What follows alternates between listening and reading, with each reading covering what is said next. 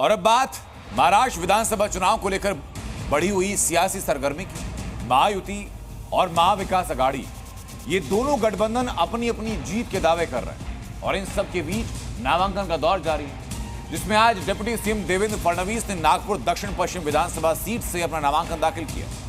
तो बाबा सिद्दीकी के बेटे जिशान सिद्दीकी अजित पवार के एनसीपी में शामिल हो गए, जिन्हें बांद्रा ईस्ट सीट से उम्मीदवार बनाया गया।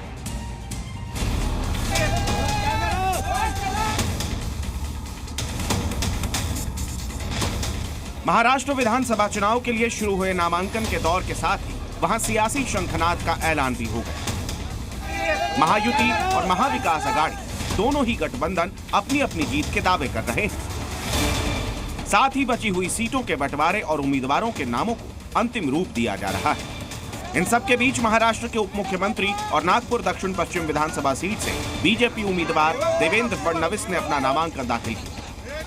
नामांकन दाखिल करने से पहले उन्होंने केंद्रीय मंत्री नितिन गडकरी के घर जाकर उनसे मुलाकात की, जहां उनके परिवार ने तिलक लगाकर आरती की और नामांकन के लिए आशीर्वाद दिया। इसके बाद देवेंद्र फडणवीस नामांकन के लिए गए, जिसमें उन्होंने पहले रोड शो करते हुए एक तरह से अपना शक्ति प्रदर्शन किया। इस दौरान बड़ी संख्या में पार्टी समर्थक शामिल हुए, जिन्हें देखकर फडणवीस भी काफी खुश नजर आए।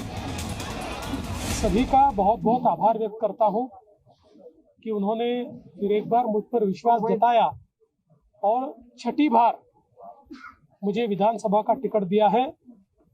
महायुति की सरकार फिर एक बार महाराष्ट्र में आएंगे।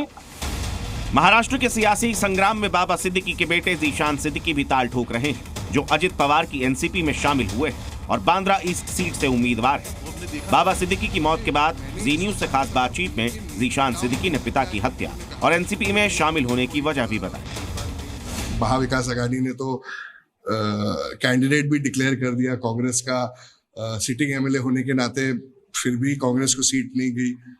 इस कठिन समय में भी मेरे साथ जो राजनीति हुई है वो मेरा दिल जानता है, पर ठीक है, वो उसका जवाब जनता वोट से देगी और आप देखेंगे कि मैं रिकॉर्ड मार्जिन से वांद्रपुर से जीत गया हूँ।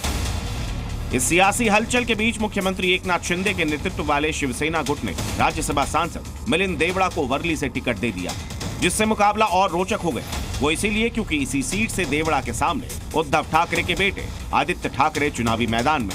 देवड़ा के नाम का ऐलान आदित्य ठाकरे के नामांकन दाखिल करने के एक दिन बाद हुआ। मिलिंद देवड़ा फिलहाल राज्यसभा सदस्य हैं और दक्षिण मुंबई से 3 बार सांसद रह चुके हैं। मुंबई से अंकुर त्यागी के साथ ब्यूरो रिपोर्ट, जी मीडिया।